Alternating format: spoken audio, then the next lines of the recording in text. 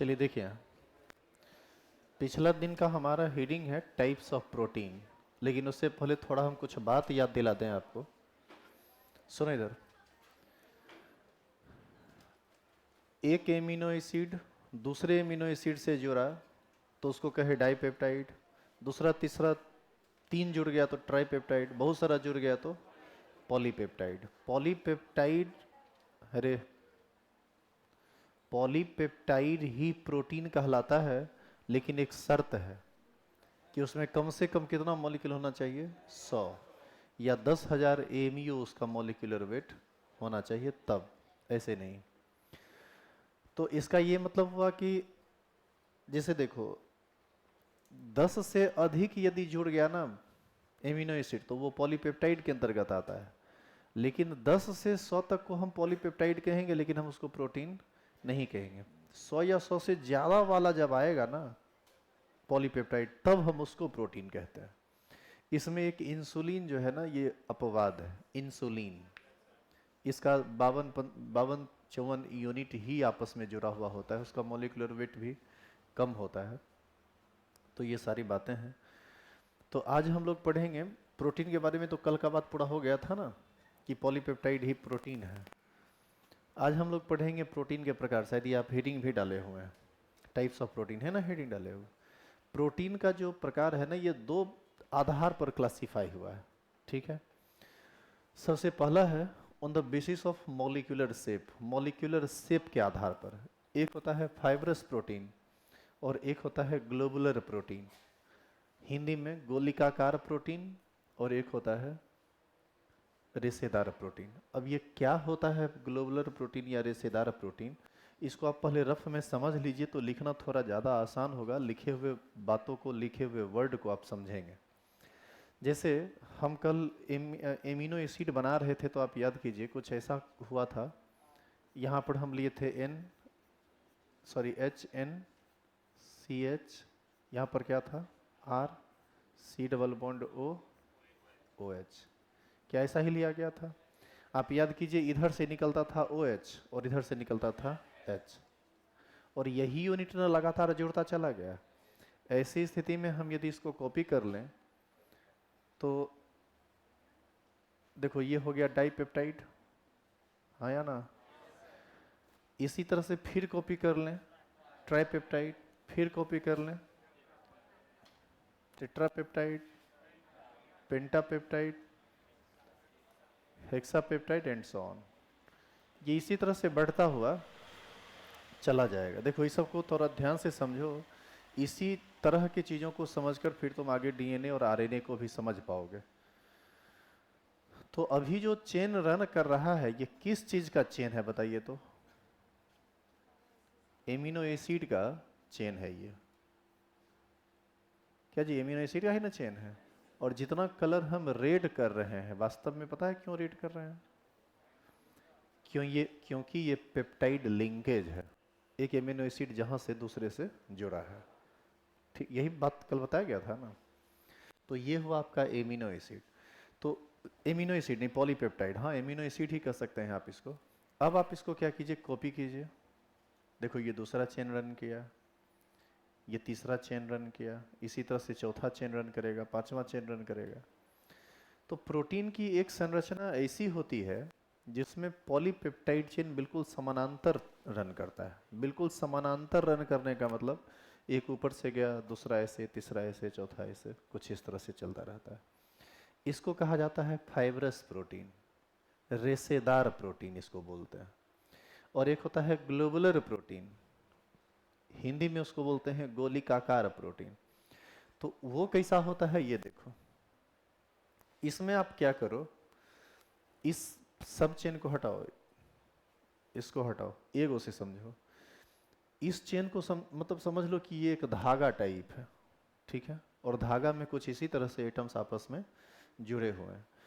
और इस धागा को, इस छोर को यहाँ पर रख दो नीचे में इस पेन के, और कोशिश करो कि उस धागा को हम इस तरह से इस पेन के चारों तरफ लपेटें। तो ये कुछ ऐसा बनता दिखेगा आपको।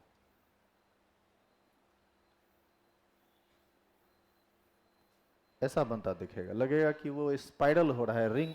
जैसा नहीं वो स्प्रिंग वगैरह होता है, वो ऐसा फील दिलाएगा आपको। तो इस तरह की यदि संरचना पकड़ लिया है तो हम उसको क्या बोलते हैं, गोलिकाकार प्रोटीन। आपके दिमाग में आएगा कि सर इस तरह की संरचना पकड़ा क्यों, जब वो सीधा था तो टेढ़ा हुआ क्यों। टेढ़ा इसलिए हुआ क्योंकि देखो होता क्या है, यहाँ नाइट्रोजन के साथ कौन जुड़ा हुआ है, हाइड्रोजन। यहाँ कार्बन के साथ कौन जुड़ा हुआ है, ऑक्सीजन। तो जब ये घूमता है ना, जैसे यहाँ से नाइट्रोजन हाइड्रोजन कार्बन और ऑक्सीजन के बीच का दूरी थोड़ा ज़्यादा है, लेकिन जब ये घूमेगा ना तो नाइट्रोजन का ये हाइड्रोजन और कार्बन का ये ऑक्सीजन एक सीध में आ जाता है और हाइड्रोजन बॉन्ड का निर्माण कर लेता है। अब यहाँ से ये एक ऐसे जटिल संरचना का निर्माण आगे होने वाला है जिसको हम बना नहीं सकते हैं बोर्ड पर, आपको भी बनाना नहीं होता है, उसको सिर्फ समझना होता है कि हाँ इसमें हाइड्रोजन बॉन्ड बन रहा है और हाइड्रोजन बॉन्ड के थ्रू वो स्टेबल हो जाता है। हम नेट से निकाल के आपको उस तरह का कुछ संरचना दिखाते हैं। अब जैसे आप बोलते हैं कि नॉर्मल बोर्ड लेवल पर ख़त्म कर दीजिए, तो कुछ नहीं, सीधा बोल देते ऐसा होता है वैसा होता है। अब थोड़ा दिखाते हैं प्रैक्टिकली कि ये कैसा होता है, ये जानना थोड़ा ज़रूरी है, यदि निकल जाए तो बेहतर। कौन चोची आ रही है रे?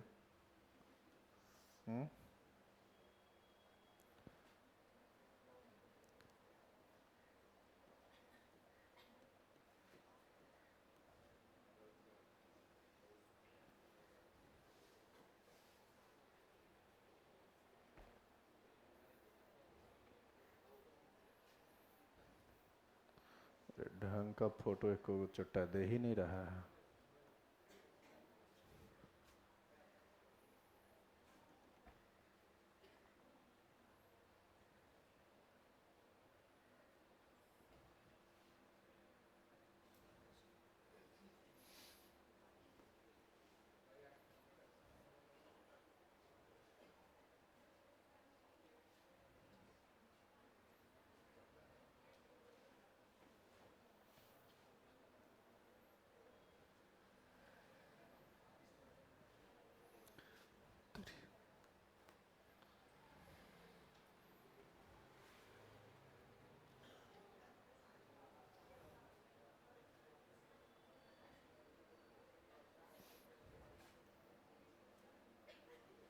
ए हैं करेगी पीछे बैठ कर।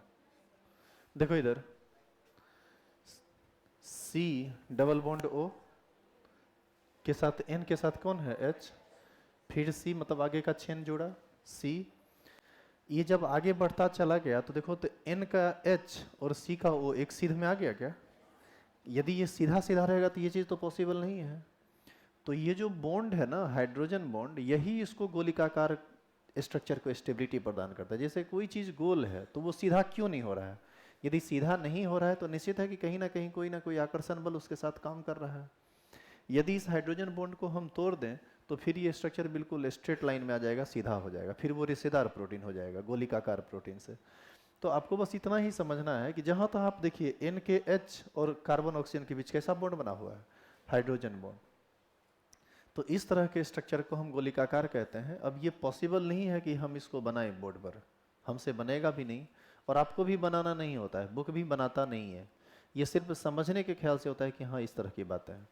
तो स्ट्रेट चेन में रन करे तो कैसा प्रोटीन कहेंगे, फाइब्रस प्रोटीन, रिश्तेदार प्रोटीन। और यदि वो क्वाइल कर ले आपस में तो उसको हम लोग क्या बोलेंगे, गोलिकाकार प्रोटीन। तो इसको अभी हम तो हटा रहे हैं, क्या कि उम्मीद है कि इतना से आप समझ गए होंगे और इसमें ज़्यादा रिसर्च भी नहीं करना है। डिटेल में पढ़ने का मतलब रिसर्च करने बैठ जाए ये नहीं है। तो आप एक काम करो, इसको लिखो तो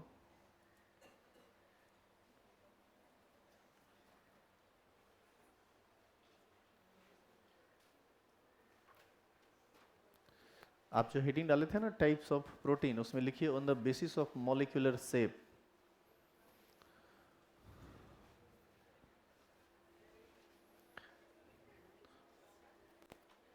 on the basis of, on the basis of molecular shape. Molecular shape के आधार पर प्रोटीन दो प्रकार के होते हैं। नंबर एक लिखिए रेशेदार प्रोटीन, फाइब्रस प्रोटीन, हिंदी में भी लिखा हुआ है इंग्लिश में भी लिखा हुआ है। अब इसको पढ़िए तो समझ में आएगा। वह प्रोटीन जिसमें पॉलीपेप्टाइड श्रृंखलाएं समानांतर होती है तथा हाइड्रोजन एवं सल्फाइड आबंध द्वारा जुड़ी रहती है, उस जैसे तो रेसे जैसी संरचना बनाती है, जिसे हम रेसेदार प्रोटीन कहते हैं।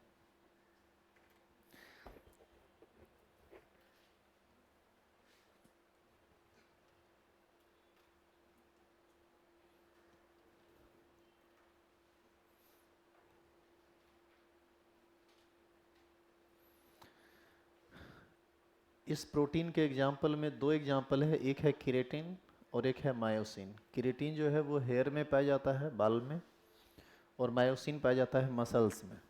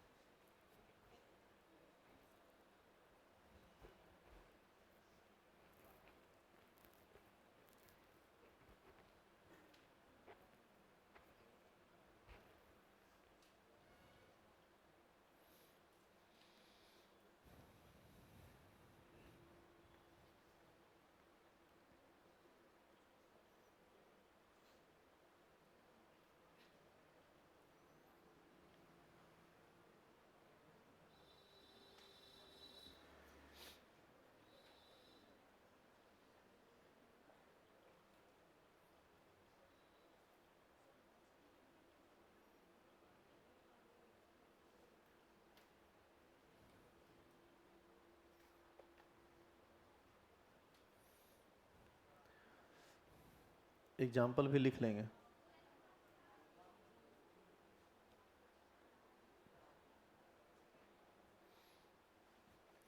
Protein in which polypeptide chains run parallel and are held together by hydrogen and disulfide bonds, then fiber-like structure is found. This type of protein are called fibrous protein. और नीचे एक लाइन लिखा हुआ है, this type of proteins are generally insoluble in water. इस तरह के protein प्रायः जल में अघुलनशील होते हैं। पहले आप वो पूरा लिख लीजिए। इंग्लिश मीडियम वालों के लिए तो लिखा हुआ है, हिंदी मीडियम वाले लोग लिख लेंगे। इस तरह के प्रोटीन प्रायः जल में अघुलनशील होते हैं।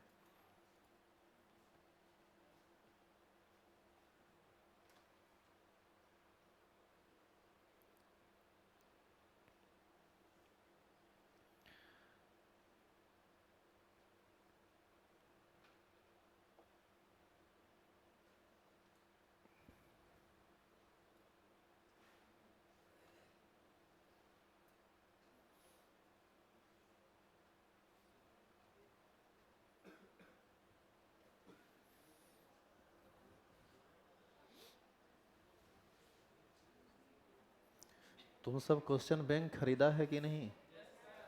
क्वेश्चन बैंक ले लो, वो सबसे इंपॉर्टेंट है। क्वेश्चन बैंक के अलावे बाकी कुछ मत लेना। Sample paper, sample paper practice के लिए ले सकते हो। गेस पेपर मत खरीदना, गेस पेपर खरीदना ही मत। गेस पेपर बहुत बेकार चीज़ होता है। क्वेश्चन बैंक इसलिए ले लो ताकि तुमको समझ में आए कि क्वेश्चन किस साल किस तरह का पूछा है। उसमें ऑब्जेक्टिव क्वेश्चंस भी ढेर सारे मिल जाएंगे।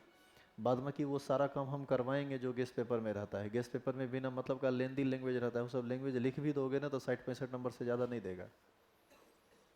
वो सब किताबी लैंग्वेज होता है और तुमको याद वाद नहीं होगा वो सब लैंग्वेज। साल भर पढ़े हो कुछ और तरीके से, इसमें लिखेगा रामायण महाभारत सब डाल देता है। वो सब पढ़ के समझ सकते हो, उतना उतना लिख नहीं सकते, उतना उतना नहीं लिखा जाता है। क्या हो गया लिखा हुआ ये? अगला हेडिंग डालिए, ग्लोबुलर प्रोटीन्स, गोलिकाकार प्रोटीन। देखो इसमें लिखा हुआ है वह प्रोटीन जिसमें पॉलीपेप्टाइड चेन कुंडली बनाकर गोल आकृति प्राप्त कर लेता है। कुंडली बनाकर गोल आकृति, वही गोल स्प्रिंग के तरह से घूम जाता है, इसी को हम बोल रहे हैं कि ये कुंडली बना लेता है। इसीलिए तो नाम है गोलिकाकार, गोलाकार का।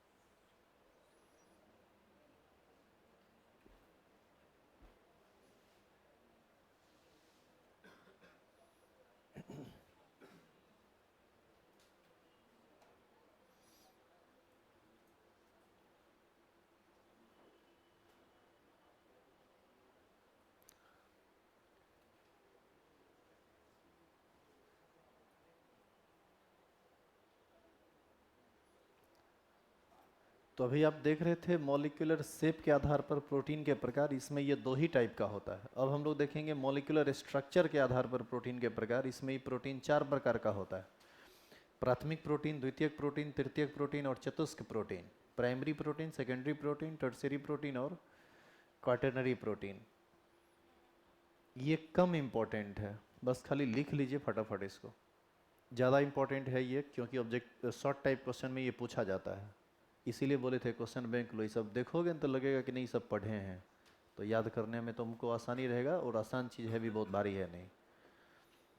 क्या? हाँ यही तो है प्रोटीन, गोलिकाकार। इधर दिया है इसका स्ट्रक्चर बना, पीछे दिया है डीएनए का स्ट्रक्चर बना।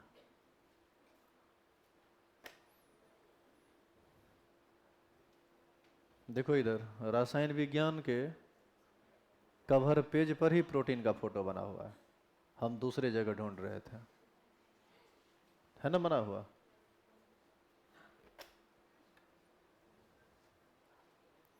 चेंज करें क्या अब इसको?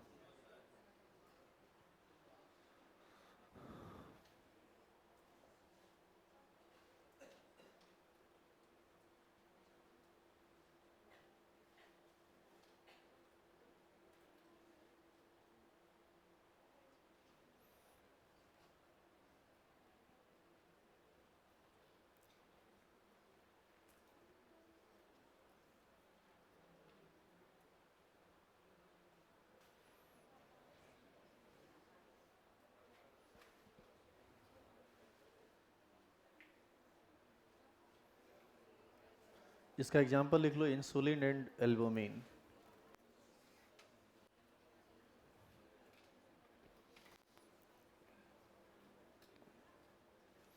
तो अभी आप देखिए types of protein on the basis of shape. अब एक बार फिर से हेडिंग डालिए और लिखिए types of protein on the basis of molecular structure. अच्छा, इसमें खाली इंग्लिश में लिखा हुआ है, ठीक है, सिंपल है, सब ज़्यादा भारी नहीं है। खाली एक बार बोलते जाएंगे ना, ध्यान से सुनते जाओगे, समझते चले जाओगे। और सुन लो, इसके बाद बस एक ही चीज़ बता है, न्यूक्लिक एसिड, आरएनए और डीएनए, बस काम खत्म। बस इतने, हाँ इतने में चैप्टर। हाँ रे, और थोड़ी है, चैप्टर पढ़ते नहीं हो अपने, इसका क्या है बचा हुआ। ये जो 3-3 घंटा पढ़ा है ये 3 दिन, वो 9 घंटा नहीं, वो कितने घंटा के बराबर है पता है? वो 12 घंटा के बराबर है। इस चैप्टर का लेक्चर का जो औकात है वो 10 लेक्चर का औकात है। तुम 14 घंटा पढ़ लिया, 14 लेक्चर पढ़ लिया। कहीं पर भी पॉकेट मारी वाला काम नहीं किया गया लेट होने की वजह से, प्रॉपर पढ़ाई हुई। क्या लिख चुके हैं आप इसको? हेडिंग डालिए, मतलब सभी लोग हेडिंग डालो, थोड़ा शॉर्टकट हेडिंग डाला हुआ है। लिखो types of protein on the basis of molecular structure. Types of protein on the basis of structure. Types of protein on the basis of,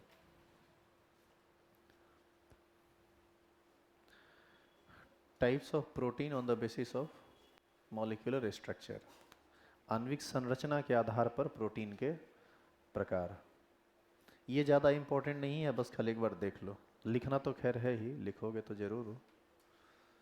Bihar board में तो रेयर पूछता है, सीबीएसई का तो खैर कह नहीं सकते, वो कुछ भी कर सकता है। वो बस खोजते रहता है कि एनसीईआरटी में एक शब्द है कहीं उसके बारे में लिखा हुआ, बस डाल देगा उसको, तुम अपना खोजते रहो उसको। तो वहाँ पर आपको कंसेप्चुअल होना पड़ेगा, वहाँ रटने वाला काम भी और कंसेप्ट भी दोनों क्लियर होना चाहिए। अब एक ही बार में समझ लीजिए, ये इस चारों संरचना को एक ही बार में समझ लो ताकि लिखना तुम्हारे लिए फिर आसान हो। रेडी हैं आप? रेडी हैं? देखिए इधर, प्राथमिक संरचना, द्वितीयक संरचना, तृतीयक संरचना और चतुष्क संरचना, ये चार तरह की संरचनाएं होती है। संरचनाएं चाहे जो भी हों, होगा उसमें पॉलीपेप्टाइड चेन ही। पॉलीपेप्टाइड चेन मतलब एमिनो एसिड का छोटा छोटा अणु आपस में जुड़ा हुआ होगा। अरे जो भी तुम गोलिकाकार बना दिया, जो तुम अभी समानांतर बना दिया, वही चीज रहेगा, बस उसके रहने का तरीका अलग है। तो सुनिए इस आधार पर ये कितने टाइप का होता है। कितने टाइप का होता है? चार तरह का। जो सबसे पहला संरचना है ना, प्राथमिक संरचना, उसमें जो चेन होते हैं पॉलीपेप्टाइड चेन, वो बिल्कुल ऐसे ही साधारण तरीके से रहता है, कहीं कोई घुमावदार नहीं, सिंपल सिंपल वे में रहेगा। तो ये हो गया प्राथमिक संरचना। अब जब आप द्वितीयक संरचना में जाएंगे तो द्वितीयक संरचना जो होता है वो प्राथमिक संरचना से थोड़ा जटिल होता है। उसमें आपको ये जो संरचनाएं मिलेंगी कुछ ऐसा मिलेगा। ये सब बनाना नहीं है आपको, बस खाली भाषा में लिखोगे और भाषा में लिखते हुए आगे बढ़ जाओगे।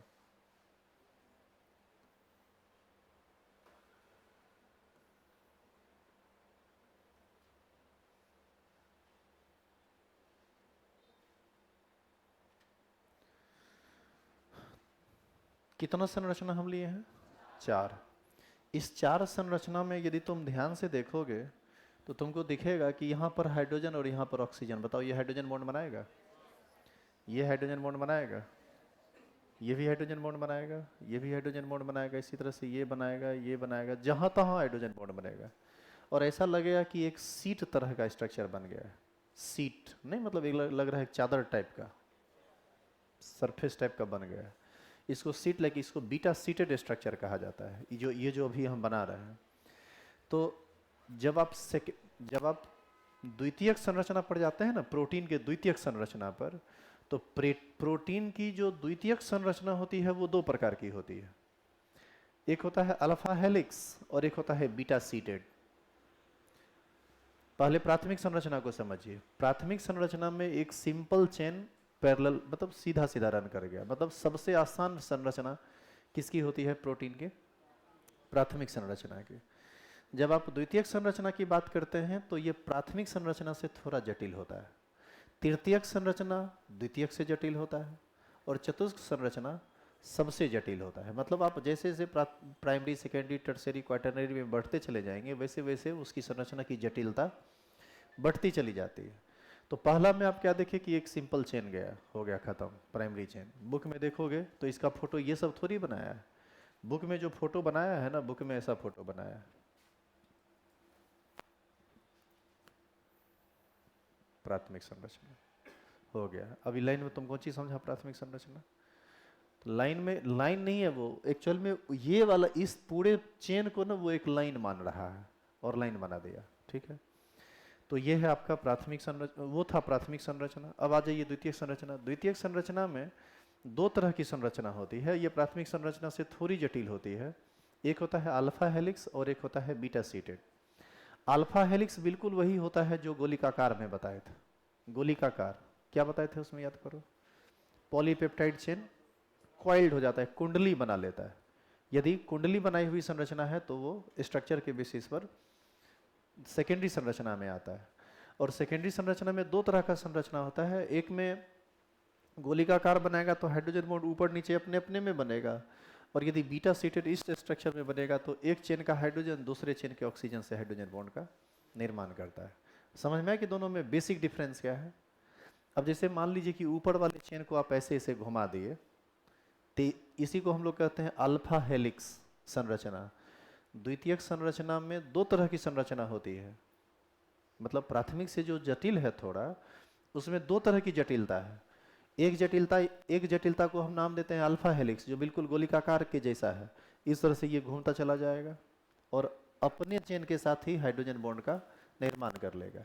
और एक होता है बीटा सीटेड संरचना, जिसमें दो या दो से अधिक चेन रन करेगा, एक चेन का हाइड्रोजन दूसरे चेन के ऑक्सीजन के साथ हाइड्रोजन बॉन्ड का फॉर्मेशन करेगा और ये सीट जैसा संरचना बनाता है, एक प्लेट जैसा संरचना बनाता है, इसलिए हम लोग इसको बोलते हैं बीटा सीटेड स्ट्रक्चर।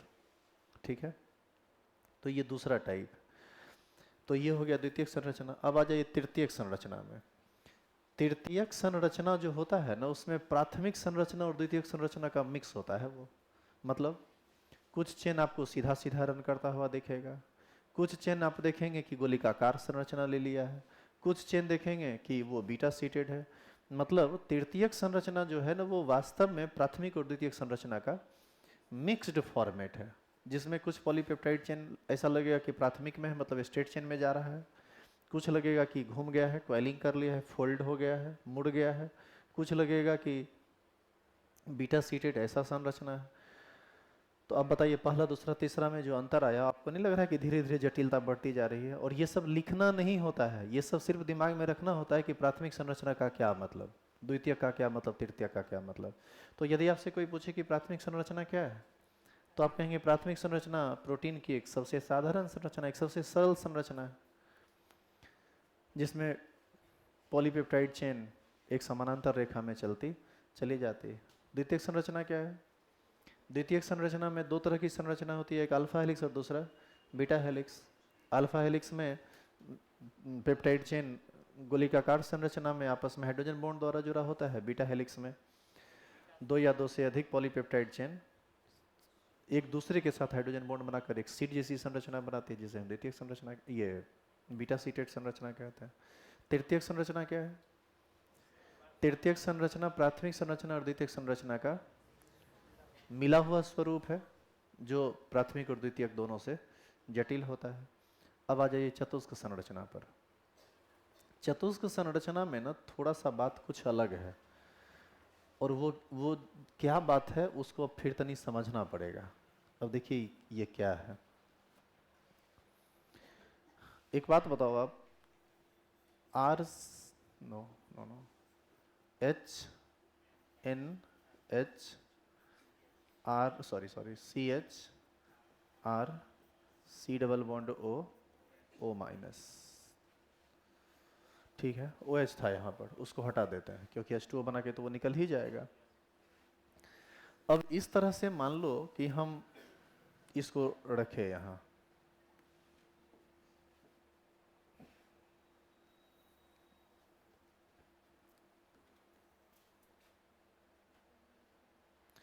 अब आप ध्यान से देखिए कि आपको इसमें कुछ ऐसा फील होगा कि जहां जहां पर एमिनो एसिड रिपीट हो रहा है ना, उसका कलर चेंज किया हुआ है कि नहीं?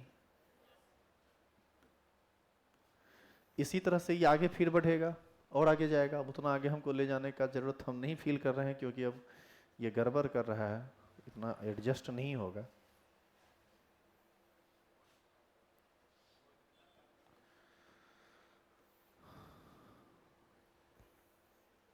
हो गया ना?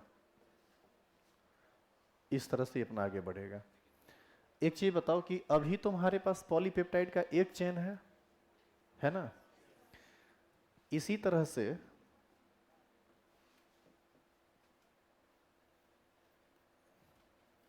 ये एक चेन है। अब इसी तरह से आप दूसरा चेन लीजिए, तो इसी तरह से जब हम दूसरा चेन लिए तो ये रहा दूसरा चेन। इसी तरह से फिर हम लेंगे तीसरा चेन। देखो यहां पर मान लो हम तीसरा चेन ले लिए, यहां पर मतलब इस इतना बड़ा ही चेन यहां है, बीच में हम गैप रखे हैं, जानबूझ के रखे हैं। इसी तरह से और कोई संरचना लो, इसी तरह से और दूसरा लो, फिर बीच में हम गैप रखे हैं, यहां भी बीच में गैप रख रहे हैं, इस तरह से। अब इसमें जो है ना, देखो एक पॉलीपेप्टाइड चेन यहां से चल के यहां आया और वहां पर हम उसको इंड कर दिए हैं। हालांकि सच पूछो तो इंड ये 2-4-10 गो मॉलिक्यूल में नहीं होता है, ये इंड होता है 100-150 मॉलिक्यूल के बाद। तो यहाँ पर ये आपस, यहाँ पर ना ये कोई आयरन एटम या कोई मेटालिक एटम से जुड़ा हुआ रहता है ये इंड। मतलब पॉलीपेप्टाइड चेन का जो एक सिरा होता है वह किससे जुड़ा हुआ होता है? किसी धात्विक आयन से, किसी मेटालिक आयन से। ये बात किसमें होती है? चतुष्क संरचना, क्वाटरनरी स्ट्रक्चर में। और जिस जगह पर ये किसी धात्विक आयन से जुड़ा होता है ना, उसको हम लोग हीम बोलते हैं। तो यदि आपसे कोई पूछे कि ये हीम क्या है प्रोटीन में, तो हम कहेंगे कि जब पॉलीपेप्टाइड चेन किसी मेटालिक आयन से जुड़ा हुआ होता है तो उस मेटालिक आयन के सेंटर को ही हम लोग क्या बोलते हैं? हीम। और इसी से बना है हीमोग्लोबिन। हीमोग्लोबिन, समझ रहे हैं आप? तो हीमोग्लोबिन जो है ना, ये हीमोग्लोबिन क्या है? प्रोटीन है। और ये किस तरह का प्रोटीन है? चतुष्क संरचना वाला प्रोटीन है। हीमोग्लोबिन किसी का कम जाता है, ये सब तो सुने होंगे हीमोग्लोबिन। तो हीमोग्लोबिन उसी संरचना के अंतर्गत आता है। तो हीमोग्लोबिन जैसे हम ये कहेंगे कि क्वाटरनरी संरचना में कि इसमें पॉलीपेप्टाइड चेन का इंड किसी हीम समूह से जुड़ा होता है। हीम समूह कोई धात्विक आयन होता है जहां पर कई पॉलीपेप्टाइड चेन आपस में जुड़ते हैं। अब मान लो कि एगो ये इससे जुड़ गया, उधर से आया ये जुड़ गया, इधर से आया ये जुड़ गया, इधर से आया ये जुड़ गया। जितनी जोड़ने की क्षमता है वो उतना जोड़ेगा। और ये बात किसी एक ही जगह, मतलब ये सेंटर कोई एक ही जगह नहीं बनता है, ये सेंटर कई जगह पर बन सकता है। जैसे मान लीजिए यहाँ से यहाँ तक जुड़ा, फिर आगे चल के फिर आयरन होगा, फिर आयरन होगा, दूसरे चेन में आयरन होगा। तो इस तरह की बातें होती है किसमें? चतुष्क संरचना में। और ये पॉलीपेप्टाइड चेन उसमें भी सीधा रन नहीं करता है, उसमें भी कहीं सीधा रहेगा, कहीं क्वाइलिंग किया हुआ रहेगा, कहीं फोल्ड रहेगा। और जहां पर इंड हो रहा होगा वहां पर कोई ना कोई हीम ग्रुप रहता है, धात्विक आयन रहता है। इससे पहले कोई धात्विक आयन वाला प्रोटीन मिला था क्या? इसमें ये अलग बात होती है। और यही है प्रोटीन। और प्रोटीन अब आप पूरी तरह से समझ गए, प्रोटीन में कुछ बचा हुआ नहीं है। अब ये सब जो संरचना हम बोले, इसको सिर्फ दिमाग में रख के समझा जा सकता है। क्योंकि ये पॉलीपेप्टाइड चेन है, 10 हजार मॉलिक्यूलर वेट वाला कंपाउंड हम बना रहे हैं। ये हमारी और आपकी क्षमता नहीं है कि हम इसको कॉपी किताब पर प्रॉपर स्ट्रक्चर में लिख सकें। ये नहीं संभव है। ये सिर्फ दिमाग में रखा जा सकता है कि प्राथमिक संरचना है, चलो ठीक है, पॉलीपेप्टाइड चेन सरल रेखा में होगा। द्वितीयक संरचना है, पॉलीपेप्टाइड चेन गोलिकाकार होगा या बीटा सीटेड होगा। तृतीयक संरचना है, सरल भी होगा, बीटा सीटेड भी होगा और गोलिकाकार भी होगा। चतुर्थ संरचना है, सरल होगा, बीटा सीटेड होगा, गोलिकाकार होगा, लेकिन एक इंड दूसरे इंड के मतलब एक इंड जो है वह किसी धात्विक आयन से जुड़ा हुआ होगा। अच्छा हाँ, एक और बात है इसमें, चतुष्क संरचना में दो तरह का बात हो सकता है। अब देखो, एक होता है होमोमेरिक क्वाटरनरी प्रोटीन, और एक होता है हेट्रोमेरिक प्रोटीन या हेट्रोमेरिक चेन आप कह सकते हैं। अब अभी हम क्या बोल रहे हैं उसको तनी ध्यान से सुना, नहीं तो फिर समझ में नहीं आएगा। अभी आप बताइए कि हम एक बार ये चेन लिए थे और इसी चेन को ना बार बार कॉपी किए। इसका मतलब है कि ये चेन, ये चेन, ये चेन, ये चेन, ये चेन, ये चेन, वो चेन, वो चेन, जो भी चेन है वो सब आपस में बिल्कुल एक जैसा है। तो हीम ग्रुप से यानी धात्विक आयन से जो भी चेन जुड़ा वह सब आपस में एक ही जैसा था या अलग अलग था? सब एक ही जैसा था। तो इसको हम बोलते हैं होमोमेरिक स्ट्रक्चर, क्योंकि सारे चेन आपस में बिल्कुल समान है। लेकिन जरा सोचिए कि यह चेन में एमिनो एसिड अलग होता, इस चेन में एमिनो एसिड अलग होता, तो क्या ये चेन एक जैसा होता? फिर वो चेन डिफरेंट हो जाता। अच्छा, ये डिफरेंट कैसे होगा? खाली आप आर को बदल दीजिए, अपने आप वो बदल जाएगा। क्या मानते हैं इस बात को कि नहीं? तो उसमें जो पॉलीपेप्टाइड, मतलब होमोमेरिक में पॉलीपेप्टाइड चेन सेम तरह का होता है और हेट्रोमेरिक में पॉलीपेप्टाइड चेन डिफरेंट तरह का होता है। दैट्स ऑल, बस यही है। और इसमें एक और छोटा सा टॉपिक है एमिनो एसिड में। एमिनो एसिड का ही ये पार्ट है प्रोटीन। एक है इसमें एसेंशियल एमिनो एसिड और एक है non essential amino acid. Essential मतलब आवश्यक एमिनो एसिड और नॉन एसेंशियल मतलब अनावश्यक एमिनो एसिड। तो ये सारा चार चीज़ लिखना पड़ेगा, एसेंशियल, नॉन एसेंशियल लिखना पड़ेगा और एगो इंजाइम लिखना पड़ेगा। इंजाइम भी एक प्रोटीन है। प्रोटीन जाएगा समाप्त हो, उसके बाद न्यूक्लिक एसिड स्टार्ट होगा, डीएनए आरएनए स्टार्ट होगा, डीएनए आरएनए में अंतर आएगा, चैप्टर खत्म हो जाएगा। तो इसको तो आप ऑलरेडी समझ लिए। एसेंशियल नॉन एसेंशियल सिंपल है, इंजाइम सब सिंपल है। तो अब आप फटाफट इसको लिखना शुरू कीजिए। सबको समझ गया ना? अब एक बार देखो यहाँ लिखा हुआ जो है उसको हम पढ़ देते हैं, यहाँ से समझो कि क्या लिखना है और इस बात को आप समझ पाए कि नहीं। प्राइमरी स्ट्रक्चर में लिखा हुआ है, primary structure of protein is the simplest structure. Primary structure के बारे में देखिए क्या क्या बोला कि ये सिंपलेस्ट स्ट्रक्चर है and it has linear chain of amino acid joined by peptide bond. Peptide bond समझ ही रहे हैं, लीनियर चेन समझ ही रहे हैं कि एक सरल रेखा में चलता चला जाएगा। पहला तो यही ना बताए थे। दूसरा देखो secondary structure. Secondary structure is special arrangement of atoms of primary structure.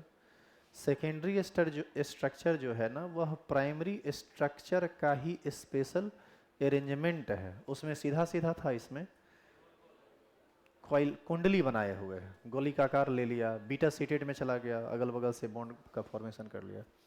Due to hydrogen bonding the amino acid comes more close and folding occurs leading to the formation of two structure. Hydrogen bond बनने के कारण ये peptide linkage आपस में और नज़दीक आ जाते हैं और ये दो तरह की अलग अलग तरह की संरचना का निर्माण करते हैं। एक है अल्फा हेलिक्स, वही गोल गोल वाला, और एक है बीटा सीटेड स्ट्रक्चर, वही एक चेन दूसरे चेन के साथ जो हाइड्रोजन बॉन्ड बनाया था। तो यही बात यहाँ पर लिखा हुआ है। तीसरा देखो, समझ लो, एक बार समझ लो बाद में लिख लेना। तीसरा है tertiary structure. Tertiary structure is 3 dimensional compact structure of protein formed by folding, coiling and pleating of the secondary structure. देख ले रहे हैं आप, प्राइमरी सेकेंडरी स्ट्रक्चर बना प्राइमरी से और टर्शियरी स्ट्रक्चर बन रहा है सेकेंडरी से। खाली अंतर क्या कह रहा है, tertiary structure is 3 dimensional structure. ये 3 डायमेंशनली कॉम्पैक्ट स्ट्रक्चर मतलब 3 डायमेंशनली काफ़ी जटिल संरचना होती है प्रोटीन का। फॉर्म्ड बाय फोल्डिंग, मतलब फोल्डिंग का मतलब होता है मुड़ा हुआ। कौन मुड़ा हुआ रहेगा? Polypeptide chain. कॉइलिंग, कौन रहेगा कॉइलिंग? कुंडली आकार में कौन रहेगा? Polypeptide chain. And pleating of the secondary structure. Pleating मतलब वही बीटा सीटेड वाला जो बताए थे, of the peptide chain. The tertiary structure is established by hydrogen bond, hydrophobic and hydrophilic bonds, van der Waals force of attraction। मतलब इस structure को कौन स्टेबिलिटी देता है? आखिर इतना ये कॉम्पैक्ट स्ट्रक्चर कैसे बनाता है? तो वो किस किस बॉन्ड के द्वारा बनाता है? Hydrogen bond, hydrophilic bond, hydrophobic bond और van der Waals force of attraction. Electrostatic force of attraction यदि चार्ज होगा तो इलेक्ट्रोस्टैटिक फोर्स ऑफ अट्रैक्शन भी काम करेगा। Quaternary structure. Quaternary structure is compact protein structure made of 2 or more polypeptide chains held together by non-covalent bond, generally bonded by heme group. Heme group is metallic ion. Based on the type of subunits, protein can be heteromeric and homomeric. आप जो सब unit ले रहे हैं, आप जो polypeptide chain ले रहे हैं, उसके टाइप के आधार पर ये प्रोटीन कितने प्रकार के होंगे? 2 प्रकार के, एक होमोमेरिक और दूसरा heteromeric. Homomeric same peptide chain, heteromeric different peptide chain. Same amino acid से सेम बनता चला जाएगा और उसी में थोड़ा सा परिवर्तन आप यदि किए, आर के जगह पर कुछ बदलाव आया, तो वो फिर क्या हो जाएगा? हेट्रोमेरिक। क्या ये बात समझ में आ गया? इसमें एक और टॉपिक है डीनेचुरेशन।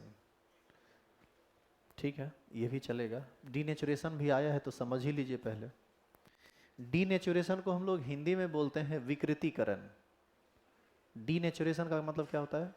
विकृतीकरण। और ये क्वेश्चन पूछा जाता है प्रोटीन के विकृतीकरण से आप क्या समझते हैं? ये सब क्वेश्चन आया हुआ है, इसलिए क्वेश्चन बैंक पर हम बार बार जोर डालते हैं ताकि आपको ये इसका इंपॉर्टेंस समझ में आए। What do you mean by denaturation of protein? इसका क्या मतलब होता है? ये एक बहुत सिंपल बात है, एकदम साधारण बात है। देखो क्या साधारण बात है इसमें से। तुम ये बताओ तो स्ट्रक्चर के बेसिस पर सबसे सरल संरचना किसका है? प्राइमरी प्रोटीन का। उससे ज़्यादा जटिल है सेकेंडरी, उससे ज़्यादा जटिल है टर्शियरी। क्वार्टरनरी में थोड़ा अलग बात है, टर्शियरी भी जटिल है, क्वार्टरनरी भी जटिल है। दोनों में अंतर बस खाली हीम ग्रुप का है। उसमें मेटालिक आयन नहीं होता है टर्शियरी में, जबकि क्वार्टरनरी में हीम ग्रुप होता है। तो आप ये बताइए कि जो सरल संरचना है उसमें तो कोई बॉन्ड आपको दिखा नहीं, लेकिन जो बीटा सीटेड था या जो अल्फा हेलिकल स्ट्रक्चर था, अल्फा हेलिक्स, अरे वो कुंडली वाला, ये सब कुंडली बना के या बीटा सीट में ये सब इस तरह का स्ट्रक्चर बनाया किस बॉन्ड के कारण? हाइड्रोजन बॉन्ड के कारण या अन्य भी इलेक्ट्रोस्टैटिक फोर्स ऑफ अट्रैक्शन के कारण, वंडर वाल फोर्स ऑफ अट्रैक्शन के कारण। अब जरा सोचिए कि हम प्रोटीन को गर्म कर दें। प्रोटीन को जैसे ही गर्म करेंगे तो जो जितना बॉन्ड है वो हाइड्रोजन और बॉन्ड वो सब क्या होगा? टूट जाएगा। अब जरा बताइए कि यदि ये हाइड्रोजन बॉन्ड टूट जाए तो ये गोलिकाकार प्रोटीन सीधा हो जाएगा, यानी ये सीधे सेकेंडरी स्ट्रक्चर से कहाँ गिरेगा? प्राइमरी स्ट्रक्चर में। जो बीटा सीटेड था वो भी सीधे प्राइमरी स्ट्रक्चर तक जाके रुकेगा। जो टर्शियरी एमीन है इसका क्या होगा? ये भी सीधे पहुंचेगा कहाँ? प्राइमरी स्ट्रक्चर में। इसका ये मतलब हुआ कि यदि हम प्रोटीन को गर्म करते हैं या किसी तरह का केमिकल रिएक्शन कराते हैं या उसके पीएच में किसी तरह का बदलाव करते हैं तो सेकेंडरी प्रोटीन टर्शियरी प्रोटीन की जो संरचना होती है वो बदल जाती है और वो सीधे किस में चला जाता है? प्राइमरी स्ट्रक्चर में। अब आप बताइए कि प्रोटीन जब 4 तरह का होता है तो चारों का प्रॉपर्टी भी डिफरेंट होगा। तो यदि आप गर्म कर देंगे तो सेकेंडरी प्रोटीन क्या सेकेंडरी रहेगा? फिर वो प्राथमिक हो जाएगा, यानी अपने वो मूल स्वरूप को खो देगा। उसका जो नेचुरल प्रॉपर्टी था अब वो नेचुरल प्रॉपर्टी नहीं रहेगा। अब किसी के शरीर से मांस का एक टुकड़ा काट कर तुरंत फिर से उस टुकड़ा को लगा दिया जाए, शीशा दिया जाए तो मिला जुला के वो काम कर जाता है। आजकल मेडिकल साइंस इतना कर देता है। सुनते होंगे कि कहीं का मांस काट के कहीं लगा दिया एक ही आदमी। कोई ये एक्सीडेंट होता है तो इस तरह का केस होता है, जैसे थाई पर ज़्यादा मसल्स यदि है उसके पास, तो यदि हाथ में या कहीं अन्य जगह पर वो बहुत ज़्यादा उसको नुकसान हो गया तो वहाँ का मांस काट लेता है और यहाँ लगा देता है। अपने शरीर का लगाता है, दूसरे के शरीर का नहीं लगाता है। सुने हैं ऐसा? अब जरा सोचिए कि उसी मांस को काट के अब पहले खूब पानी में खौला दे, उसको गर्म कर दे, उसको आग पर पका दे उसको, और तब कहे हम तो आराम लगाएंगे, वो लगेगा? क्यों नहीं लगेगा? वो इसीलिए नहीं लगेगा क्योंकि जब आप उसको गर्म किए तो उस प्रोटीन का हो गया डीनेचुरेशन, विकृतीकरण। जो उसका मूल स्वभाव था वो खो दिया है वो। इसीलिए डीनेचुरेशन के बाद प्रोटीन का प्रॉपर्टी चेंज हो जाता है। आप लोग में से नॉन वेज कितने लोग खाते हैं? लजाना नहीं है, हम भी कभी कभी खाते हैं। तो आप लोग कच्चा मांस खाए हैं? हाँ, अरे ये जानबूझ के पूछ रहे हैं, कच्चा मांस क्यों नहीं खाते हैं आप? कच्चा मांस यदि तुम खा लिया ना तो पचेगा ही नहीं तुमसे। पता है क्यों नहीं पचेगा? उसके नहीं पचने का कारण जानते हैं आप? वो होता है 3 डिग्री 4 डिग्री प्रोटीन, मतलब टर्शियरी प्रोटीन या क्वाटरनरी प्रोटीन। और टर्शियरी प्रोटीन या क्वाटरनरी प्रोटीन, प्रोटीन का एक बहुत जटिल संरचना है। यदि आप उसको डायरेक्ट खा रहे हैं इसका मतलब प्रोटीन का लंबा लंबा श्रृंखला आपके पेट में जा रहा है, जिसको तोड़ने की शक्ति हमारे शरीर के अंदर नहीं है। तो उसको आप क्या करते हैं? पकाते हैं। जब आप पकाते हैं तो वो जो प्रोटीन का टुकड़ा है यानी मांस है उसका नेचर बदल जाता है, वो ढीला पड़ जाता है, मुलायम हो जाता है। क्यों मुलायम हो जाता है? क्योंकि उसके अंदर का सारा hydrogen bond, bisulphide bond, hydrophobic bond, hydrophilic bond, electrostatic bond, सब का सब टूट जाता है। और सब का सब जब टूट जाता है तब फिर वो पहले की तुलना में थोड़ा ज़्यादा सुपाच्य हो जाता है। फिर भी उसको खाइएगा तो डाइजेस्ट होने में आपको टाइम लगाएगा, क्योंकि प्रोटीन एक काफ़ी जटिल कंपाउंड होता है। तो इसीलिए आप सुनते होंगे कि जो नॉन वेज खाते हैं ना वो चीज़ें डाइजेस्ट थोड़ी देर से होती है। तुरंत में आप कोई नॉन वेज खा के चाहिएगा कि तुरंत में खाना खा लें, पॉसिबल नहीं है। सेब, बेदाना, अंगूर भर पेट खा लीजिए, घंटा के बाद फिर आपको भूख लग जाएगा, क्योंकि वो तुरंत डाइजेस्ट हो जाता है।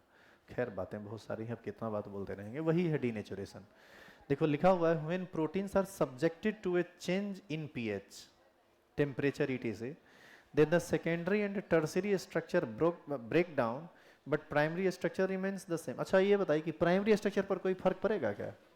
उसमें तो हाइड्रोजन बॉन्ड ऐसे भी नहीं था, तो उसमें तो कोई फर्क पड़ने वाला है नहीं।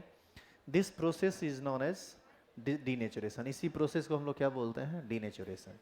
इसका एग्जाम्पल है दही का जमना। जब आप अंडा को बॉईल करते हैं तो उसके द्रव वाले पार्ट का सॉलिड में बन जाना, अच्छा आप एक बात बताइए कि जो अंडा, जो कच्चा अंडा जो खा लेता है, डाइजेस्ट होने में वो ज़्यादा परेशान करता है कि पकाया हुआ अंडा ज़्यादा परेशान करता है? कच्चा अंडा, कच्चा अंडा होता है 3 डिग्री 4 डिग्री प्रोटीन। जब उसको पकाते हैं आप तो उसका डीनेचुरेशन हो जाता है, और डीनेचुरेशन होने की वजह से ही अंडा के द्रव वाला पार्ट कन्वर्ट कर जाता है किसमें? सॉलिड में। दही का जमना भी इसी डीनेचुरेशन का हिस्सा है। तो हमारे जीवन में और भी बहुत सारी चीज़ें हैं जो इससे जुड़ी हुई हैं, लेकिन हमारा जो सिलेबस है वो यही है। तो ये था प्रोटीन, समझे? अब धराधर लिखना शुरू कीजिए। पहले आप ये बताइए कि आप हेडिंग कहाँ तक पहुँचे हैं। चलो इंग्लिश मीडियम वाले लोग लिखो, हिंदी मीडियम वाले को लिखा रहा है, लिखो प्राथमिक संरचना, लिखो धराधर लिखो, प्राथमिक संरचना, हेडिंग डालो 1 नंबर।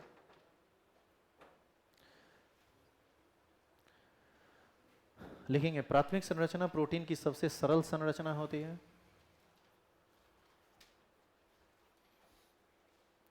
प्राथमिक संरचना प्रोटीन की सबसे सरल संरचना होती है।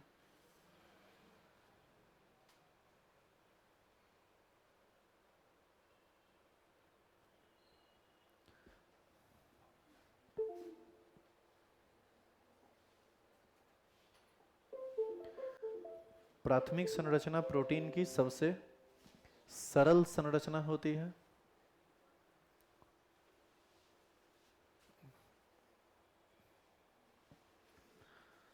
इसमें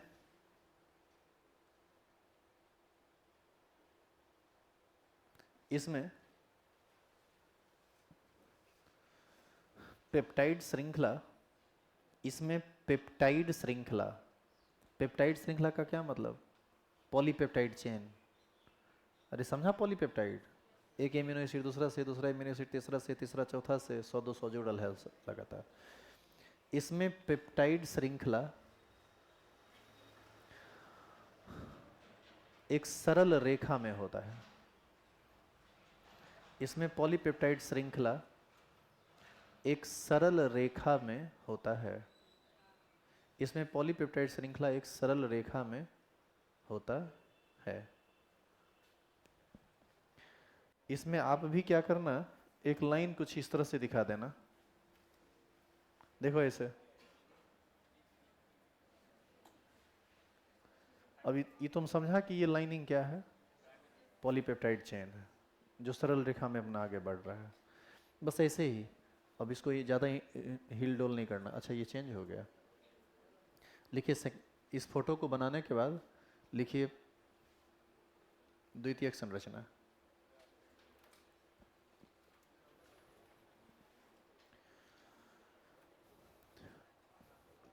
ये जो लाइन आप खींचे हैं एक्चुअल में ये क्या है? ये है पॉलीपेप्टाइड चेन, और उम्मीद है कि आप ये पॉलीपेप्टाइड चेन समझते होंगे।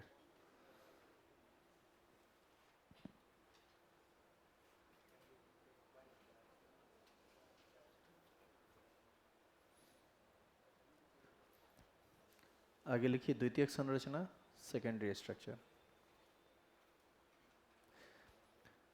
लिखिए प्रोटीन की द्वितीयक संरचना,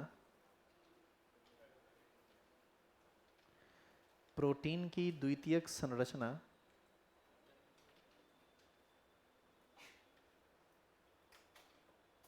प्रोटीन की द्वितीयक संरचना प्राथमिक संरचना से अलग होती है। नहीं नहीं नहीं, सॉरी सॉरी, प्राथमिक संरचना से जटिल होती है। प्रोटीन की द्वितीयक संरचना प्राथमिक संरचना से जटिल होती है। इसमें हाइड्रोजन बंधन बनने के कारण, इसमें हाइड्रोजन बंधन बनने के कारण इसकी संरचना 2 प्रकार की हो सकती है। इसमें हाइड्रोजन बंधन बनने के कारण इसकी संरचना 2 प्रकार की हो सकती है।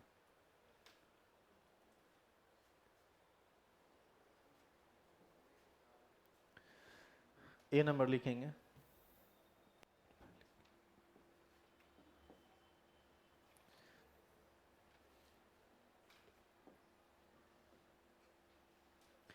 ए नंबर लिखो, अल्फा हेलिक्स, इसको इसको हिंदी में बोलते हैं अल्फा हेलिकल संरचना, लेकिन आप उतना मत लिखो, इंग्लिश में लिख लो अल्फा अल्फा हेलिक्स स्ट्रक्चर, और अगला लिख देना बीटा हेलिक्स या बीटा सीटेड स्ट्रक्चर।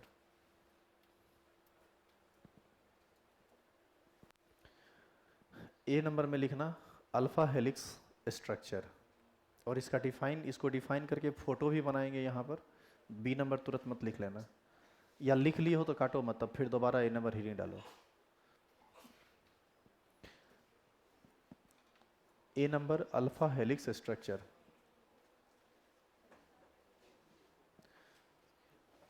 लिखिए इसमें पेप्टाइड श्रृंखला, इसमें पेप्टाइड श्रृंखला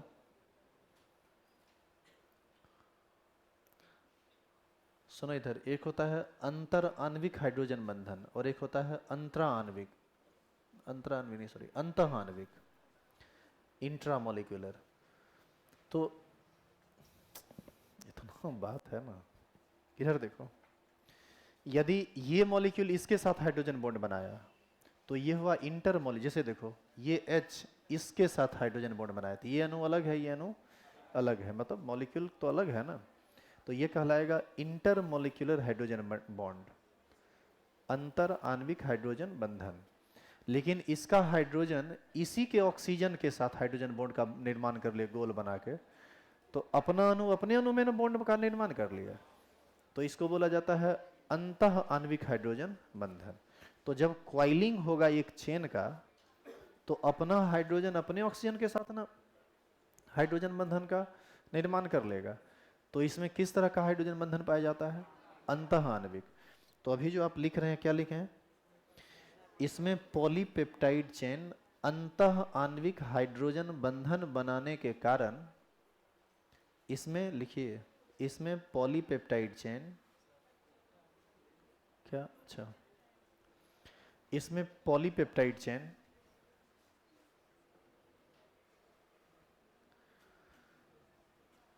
इसमें पॉलीपेप्टाइड चेन अंतः आणविक हाइड्रोजन बंधन,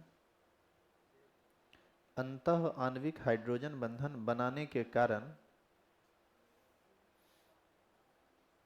अंतः आणविक हाइड्रोजन बंधन बनाने के कारण कुंडली जैसी संरचना प्राप्त कर लेती है। कुंडली, क्वाइल, कुंडली जैसी संरचना प्राप्त कर लेती है। कुंडली जैसी संरचना प्राप्त कर लेती है।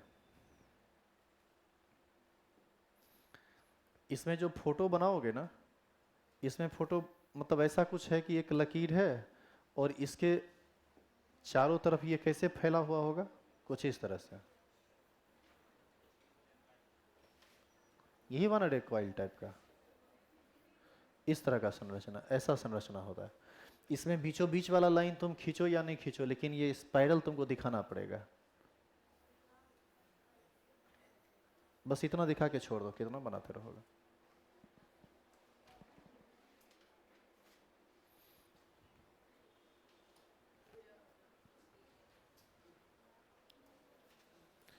अगला हेडिंग डालो बीटा हेलिक्स या बीटा सीटेड स्ट्रक्चर।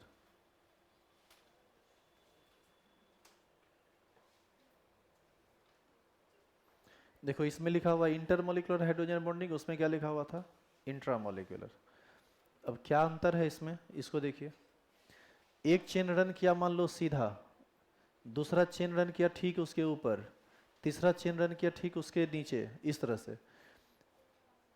ये इसके साथ हाइड्रोजन बॉन्ड बना लिया, ये इसके साथ हाइड्रोजन बॉन्ड बना लिया, ये इसके साथ, ऐसा लग रहा है कि एक सीट का निर्माण होता जा रहा है। इसी को हम लोग क्या बोलते हैं? Beta seated. तो बताइए इसमें हम कैसे इसको डिफाइन करेंगे? हम कहेंगे कि इसमें पॉलीपेप्टाइड चेन इसमें एक पॉलीपेप्टाइड चेन दूसरे पॉलीपेप्टाइड चेन के साथ सीट जैसी संरचना बनाती है, जहां पर यह अंतर आणविक हाइड्रोजन बंधन का निर्माण करता है। ठीक है, अंतर आणविक हाइड्रोजन बंधन बनाने के कारण ही ना एक चेन दूसरा से दूसरा, तीसरा से तीसरा, चौथा से सीट लाइक स्ट्रक्चर बनाया। तो लिखिए तो, अच्छा फोटो यही बनेगा आगे, ठीक है, लिखेंगे। इसमें इसमें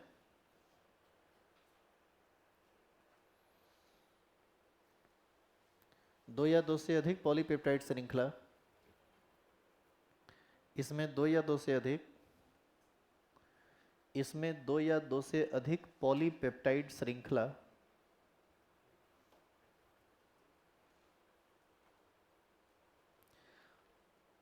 आपस में अंतर आणविक हाइड्रोजन बंधन बनाने के कारण, आपस में अंतर आणविक हाइड्रोजन बंधन बनाने के कारण, आपस में अंतर आणविक हाइड्रोजन बंधन बनाने के कारण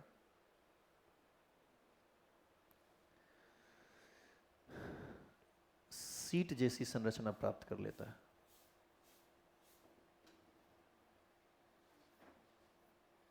सीट जैसी संरचना प्राप्त कर लेता है। फोटो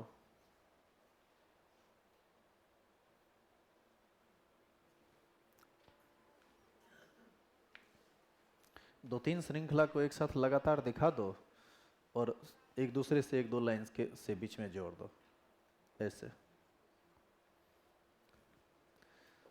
और अगला हेडिंग डालिए तृतीयक संरचना।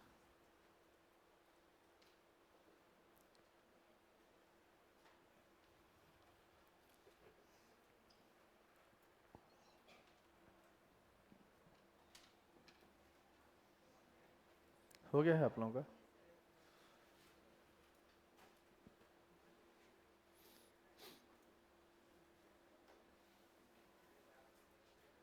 अब इसमें कोई फोटो वोटो नहीं बनाना है, इसमें सिर्फ भाषा लिखनी है। क्या कितना ना जटिल है, बनाओगे कौन चीज? लिखो तो।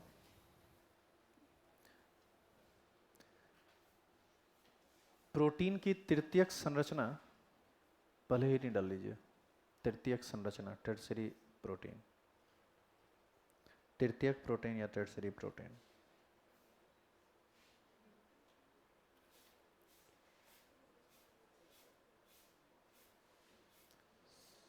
शुरू करें?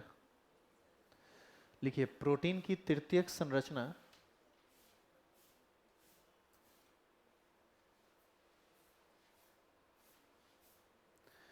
प्रोटीन की तृतीयक संरचना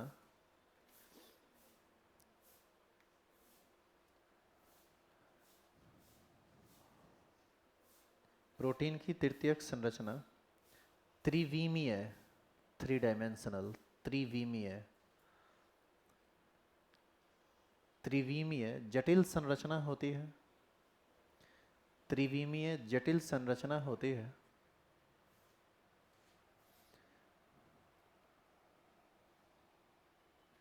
त्रिविमीय जटिल संरचना होती है जिसमें जिसमें पॉलीपेप्टाइड चेन, जिसमें पॉलीपेप्टाइड चेन यानी पॉलीपेप्टाइड श्रृंखला, जिसमें पॉलीपेप्टाइड चेन गोलिकाकार गोलिकाकार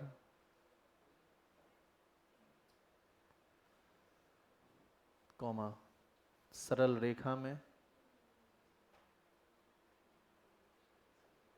गोलिकाकार सरल रेखा में तथा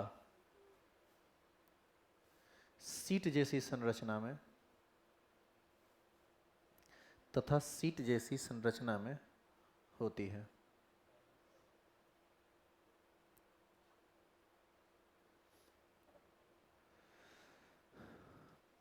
जिसके स्थिरता का कारण, जिसके स्थिरता का कारण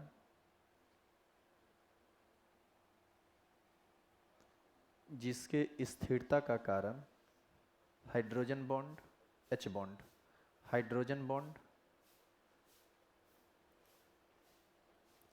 जल स्नेही तथा जल विरोधी बंधन, जल स्नेही हाइड्रोफिलिक, जल विरोधी हाइड्रोफोबिक, जिसके स्थिरता का कारण जल स्नेही कॉमा जल विरोधी,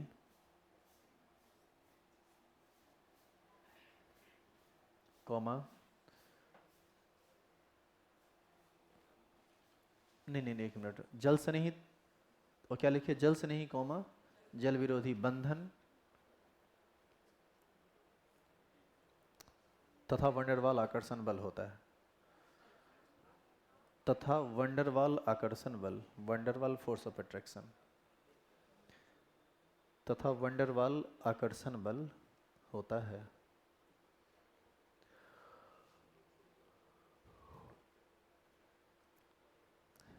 चार नंबर हेडिंग डालेंगे, चतुष्क संरचना। चतुष्क संरचना या टर्सरी स्ट्रक्चर या टर्सरी प्रोटीन जो कह लीजिए।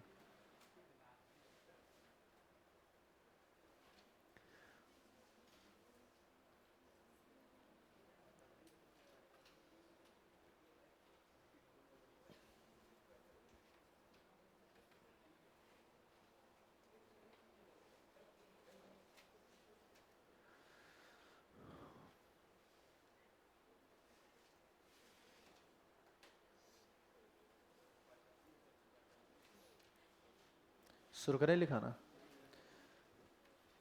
लिखिए, इसमें दो या दो से अधिक पॉलीपेप्टाइड श्रृंखला, क्या हुआ?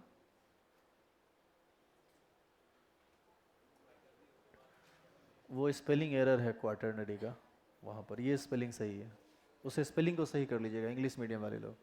ये सबको माइंड क्या करता है, सबको सही किया करो। क्वाटरनरी अपने से लिखने नहीं आता है, इंग्लिश मीडियम में 2 साल से पढ़ लिया, अभी तक क्वार्टर नहीं लिखना है। ठीक है, उसको सही कर लो। क्या लिखे आप? इसमें दो या दो से अधिक, अब सिर्फ इंग्लिश मीडियम को पढ़ाते तो उसको हम सही कर देते, क्योंकि हमको दोनों पर ध्यान देना होता है, तो हम इस छोटी छोटी बात पर ध्यान नहीं देते, हम ये समझते हैं कि आप उसको सही कर लेंगे।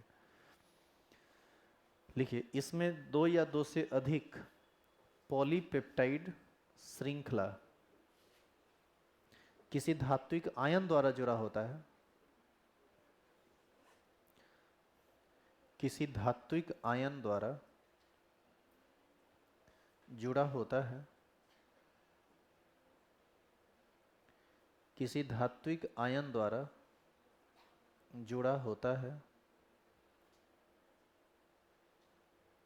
जिसे जिसे हीम समूह कहते हैं, HEME, जिसे हीम समूह कहते हैं। हिंदी में भी हीम ही होता है, हीम समूह, हर्षिकार मोह, हीम समूह कहते हैं।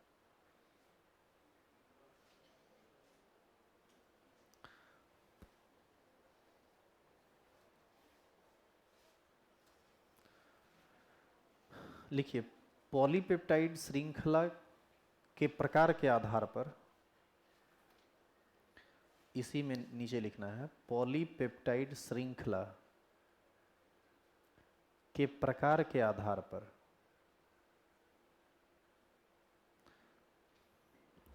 यह दो प्रकार का होता है। पॉलीपेप्टाइड श्रृंखला के प्रकार के आधार पर यह दो प्रकार का होता है, यह दो प्रकार का होता है।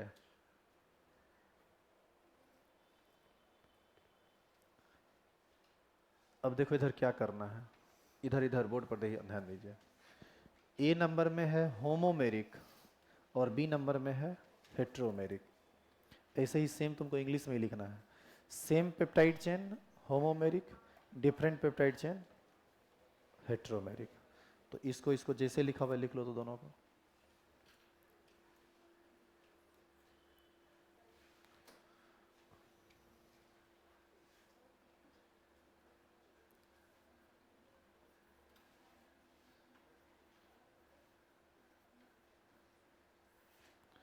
यहाँ जो येलो में हेडिंग डाला हुआ है, इस हेडिंग को थोड़ा ना और स्पष्ट तरीके से लिखेंगे। इस हेडिंग में सिर्फ विकृतीकरण नहीं लिखना है, इस हेडिंग में लिखना है प्रोटीन का विकृतीकरण, डिप्रोटोनेशन ऑफ प्रोटीन। जिसको हम घेरे हैं इसमें सिर्फ डीनेचुरेशन मत लिखना, लिखना प्रोटीन का विकृतीकरण, डीनेचुरेशन ऑफ प्रोटीन।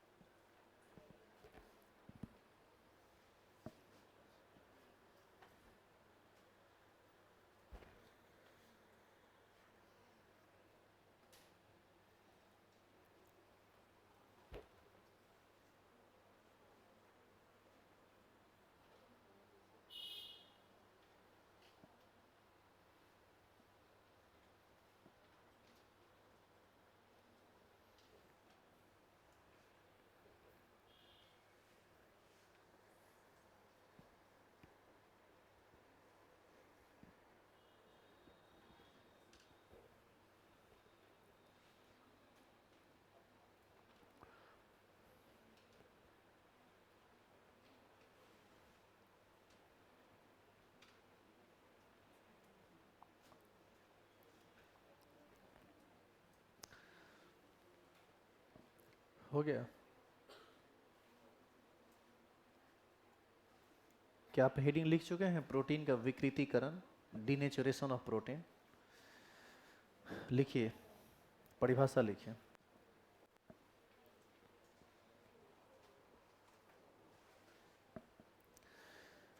लिखिए, जब प्रोटीन के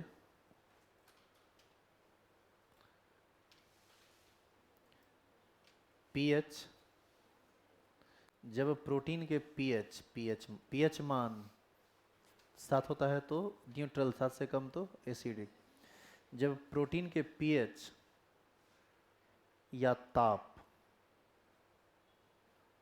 को बदला जाता है, जब प्रोटीन के पीएच या ताप को बदला जाता है, ताप को कैसे बदलेंगे आप?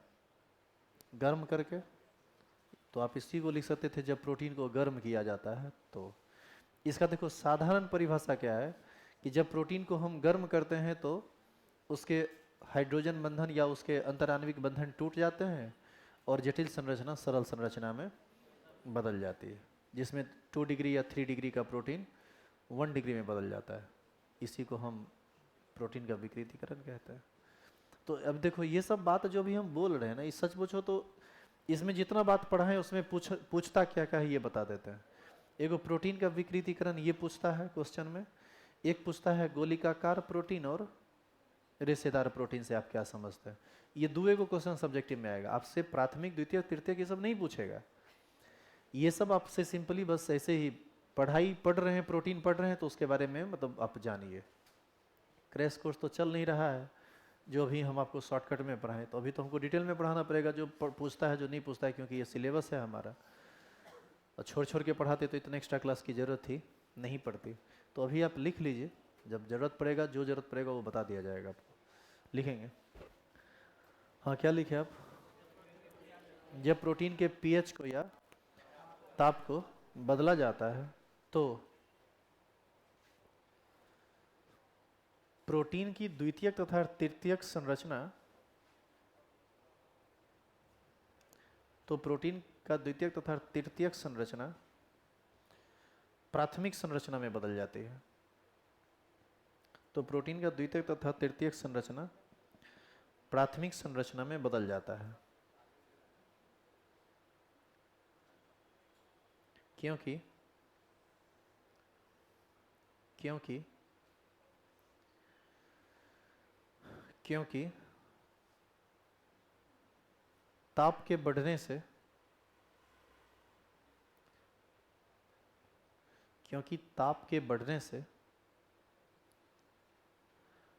अंतर तथा अंतः आणविक, क्योंकि ताप के बढ़ने से अंतर तथा अंतः आणविक बंधन टूट जाते हैं। क्योंकि ताप के बढ़ने से अंतः तथा अंतर आणविक बंधन टूट जाते हैं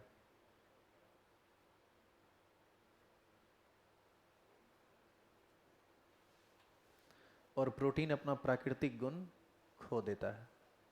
और प्रोटीन अपना प्राकृतिक गुण खो देता है, मतलब वो 2 डिग्री 3 डिग्री वाला जो गुण होगा वो गुण अब नहीं रहेगा और प्रोटीन अपना प्राकृतिक गुण खो देता है। इस प्रक्रम को प्रोटीन का विकृतीकरण कहते हैं।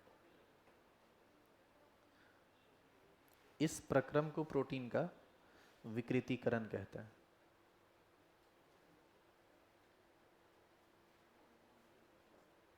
एग्जाम्पल, दही का जमना, इसके एग्जाम्पल में लिख दीजिएगा दही का जमना,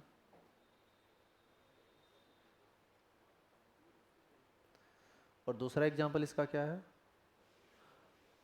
अंडा को बॉईल करने पर द्रव वाले पदार्थ का ठोस उजला में बदल जाना, उजला ठोस में बदल जाना। आप सीधा लिख लीजिए ना, अंडा को उबालना, मतलब समझ गए ना कि हम क्या बोल रहे हैं। वो अंदर का जो लिक्विड पार्ट होता है वो व्हाइट पार्ट में, व्हाइट सॉलिड में बदल जाता है। तो अंडा का उबालना लिख दीजिए, काम चल जाएगा आपका। इससे क्या हो गया, यहाँ तक लिखा हुआ?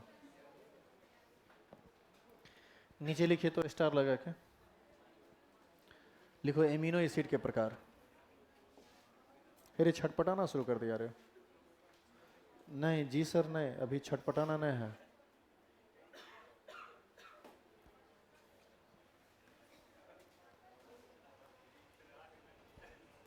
क्या हुआ? 8 बज गया? क्या हो गया 8 बज गया? कौन चीज? अच्छा, कुछ पता ही नहीं चला। चीजों को जब समझोगे तो ऐसा ही होगा।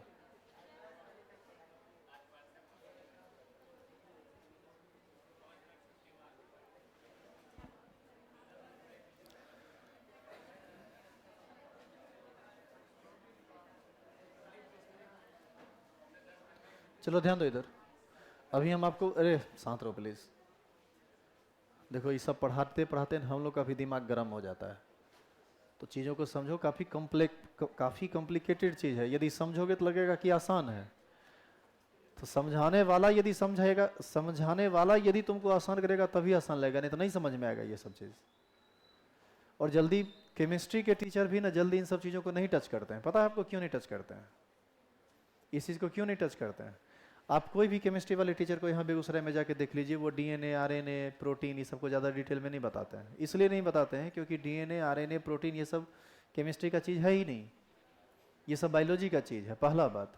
दूसरा बात है कि यदि उनका मैथमेटिक्स होगा हमारी तरह तो बायोलॉजी कमज़ोर होता है। बायोलॉजी हम लोग को कुछ बुझाता ही नहीं है, बावजूद उसके कि हम लोग इसको समझाने का तुमको प्रयास करते हैं। अब तुम इसमें प्रोटीन का आगे फंक्शन हमसे पूछ दोगे तो हमको नहीं पता है, क्योंकि प्रोटीन का आगे का क्या फंक्शन है वो तो आप जानिए ना, बायोलॉजी के लोग। हम तो सिर्फ आपको ये बताएंगे ना कि प्रोटीन का केमिकल स्ट्रक्चर या केमिकल फार्मूला या उसका बॉन्डिंग का, केमिकल बॉन्डिंग का कंसेप्ट क्या होता है, तो हम उसी को समझाने का प्रयास कर रहे हैं। तो लोग जनरली इस पर इसी बात को बोल के निकल जाते हैं कि प्रोटीन ये सब है, ये है पॉलीपेप्टाइड को प्रोटीन कहते, हो गया बात खत्म। ये प्राथमिक द्वितीय तृतीय करते जल्दी लोग बताते नहीं है, बताते हैं तो समझ में नहीं आता है। एक तो 3 डायमेंशनल स्ट्रक्चर है उल्टा पुल्टा, तो समझाने में बहुत सारा जुगाड़ करना पड़ता है। अब देख रहे हैं कि बार बार हम वीडियो को कट करके दूसरा फाइल निकालते हैं, वहाँ से फिर लिखाते हैं। इतना अनबैलेंस्ड तरीके से ये सब लिखा हुआ रहता है बुक में, उसको एक सीक्वेंस में लाया जाता है। अब उसमें तुम तंग करोगे पढ़ाने में तो ऐसे में तकलीफ होगा। इसीलिए शुरू में बोले थे डिटेल में पढ़ोगे तो पूरा डीप हम घुसेंगे, नहीं तो सीधा परिभाषा लिखा के छोड़ देते। उसमें तो प्राथमिक द्वितीय कर का चर्चा भी हम नहीं करते कि होता है, सीधे बोलते प्रोटीन 2 प्रकार का होता है, एक होता है फाइब्रस और एक होता है ग्लोबुलर। हो गया खत्म, अगला न्यूक्लिक एसिड पर आ जाता है। अरे तुमको पता ही नहीं चलेगा, टीचर जब पॉकेट मारी करेंगे ना तो तुमको नहीं पता चलेगा कि वो क्या करें, एक दो को छोड़कर। तो तुम हम पर भरोसा करके आए हो तो हम पॉकेट मारी कर ही नहीं सकते तुम्हारे साथ, ये सब हमारे ब्लड में नहीं है, और ना ही हम कमजोर हैं किसी टॉपिक पर। इसीलिए वो काम हम नहीं करेंगे। ये सब काम जनरली वो करते हैं जिनको बुझने नहीं आता है या फिर जो काम करना नहीं चाहते हैं। वो तो आपको डिसाइड करना पड़ेगा कि कौन क्या है, नहीं है। हम इस पर ज़्यादा कुछ बोल नहीं सकते हैं, हम बोलेंगे तो तुमको लगेगा कि हाँ विवाद हो जाएगा।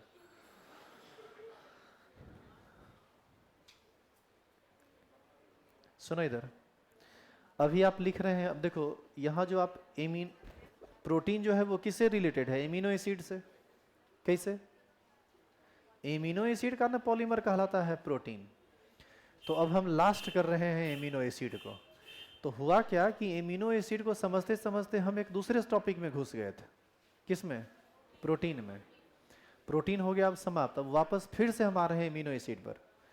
एमिनो एसिड होता है 2 प्रकार का, एक होता है एसेंशियल एमिनो एसिड और एक होता है नॉन एसेंशियल एमिनो एसिड। आवश्यक और अनावश्यक एमिनो अम्ल इसको कहते हैं। अब देखो, हम खाना जो खाते हैं, डाइट जो लेते हैं, तो उस डाइट में प्रोटीन विटामिन हम लोग लेते हैं, क्योंकि उसके बिना तो हम जीवन हमारा हो ही नहीं सकता है, बीमार पड़ेंगे, मर जाएंगे। तो ऐसी स्थिति में जब आप खाना के रूप में लेते हैं तो प्रोटीन जो हमारे शरीर को ज़रूरत है, ये दो तरह का होता है। एक वह प्रोटीन जिसका सिंथेसिस, एमिनो एसिड। तो खाना के रूप में जो हम लेते हैं उसमें प्रोटीन है तो एमिनो एसिड है। तो ऐसा एक एमिनो एसिड ऐसा होता है जिसका सिंथेसिस हमारा बॉडी ऑलरेडी करता है, और एक प्रोटीन ऐसा होता है जिसका सिंथेसिस हमारा बॉडी नहीं करता है। उसको डाइट के रूप में लेना आवश्यक होता है।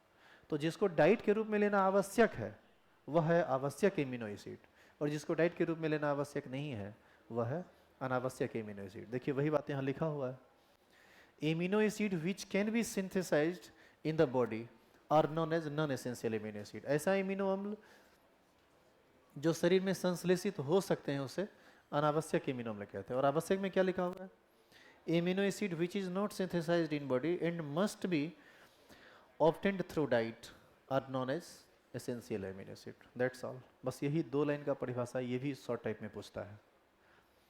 और एक है आगे इंजाइम। इंजाइम जो है ना, आप सुनिए, इंजाइम कैटेलिस्ट पढ़े हैं आप? कैटेलिस्ट पढ़े हैं? उत्प्रेरक। उत्प्रेरक है ये, सिंपल उत्प्रेरक है। जैसे सुनो, हमारे शरीर के अंदर भी कई तरह की रासायनिक अभिक्रियाएं होती रहती है। आप जो खाना खाते हैं उसका जो डाइजेशन है, क्या है वो सब केमिकल रिएक्शन है रे। वो सब डाइजेशन जो है एक तरह का कंबसन रिएक्शन है। खाना जलता है पेट में तो एनर्जी देता है आपको, नहीं खाना खाइएगा तो सुतल रहिएगा 2-4-10 दिन पेट पर, उसके बाद राम नाम सत्य है। तो हमारे शरीर के अंदर भी अन्य तरह की, अच्छा ऑक्सीजन सांस में लेते हैं आप, छोड़ते क्या हैं? Carbon dioxide. क्या ये बिना केमिकल रिएक्शन के हो रहा है ये चीज़? मतलब ढेर सारा केमिकल रिएक्शन हमारे बॉडी में हो रहा है। तो इंजाइम जो है ना वो एक कैटेलिस्ट है, इसीलिए हम इसको इंजाइम कैटेलिस्ट भी बोलते हैं। और इंजाइम प्रोटीन है, सुनना ध्यान से। सबसे पहली बात, इंजाइम जो है वो प्रोटीन ही होता है, लेकिन यह प्रोटीन एक कैटेलिस्ट का काम करता है, उत्प्रेरक का काम करता है, इसीलिए हम लोग इंजाइम कैटेलिस्ट भी इसको कहते हैं। किस चीज़ में उत्प्रेरक का काम करता है?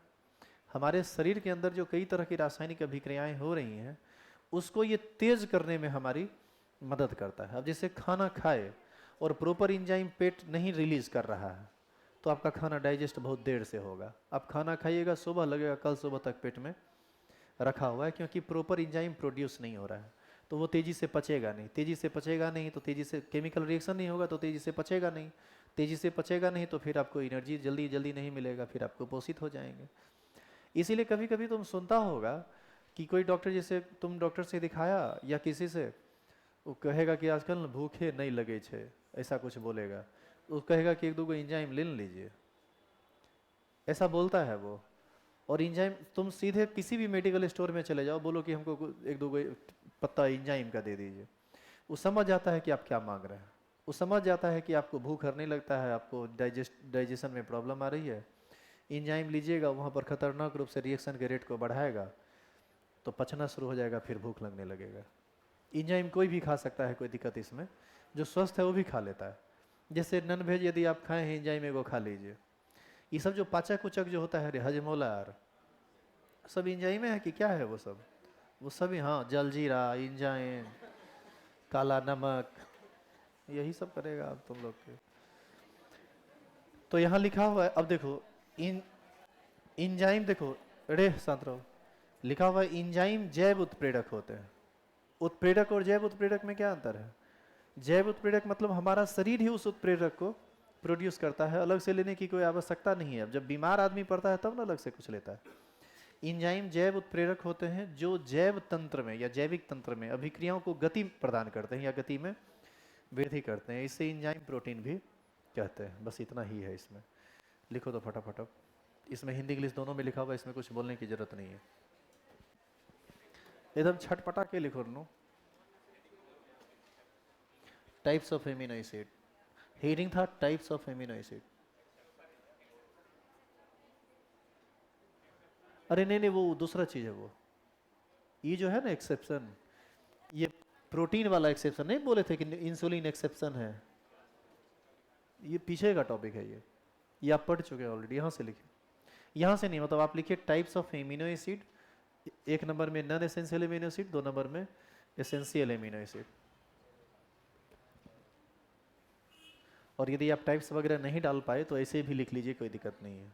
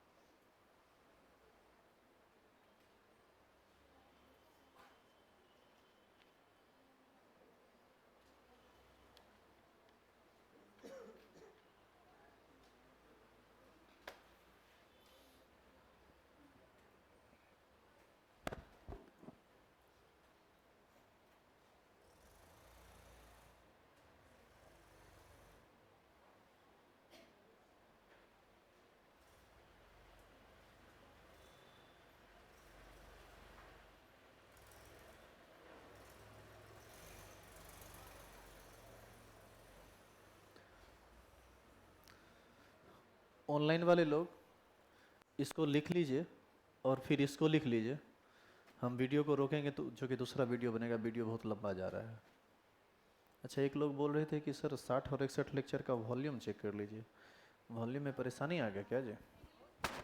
हाँ, क्या हुआ है? इंग्लिश में दिक्कत आ रहा है। इसके बाद टॉपिक बदलेगा, हम इसको रोक रहे हैं। पहले इंजाइम तक लिख लेना, उसके बाद फिर हम आगे बताते हैं।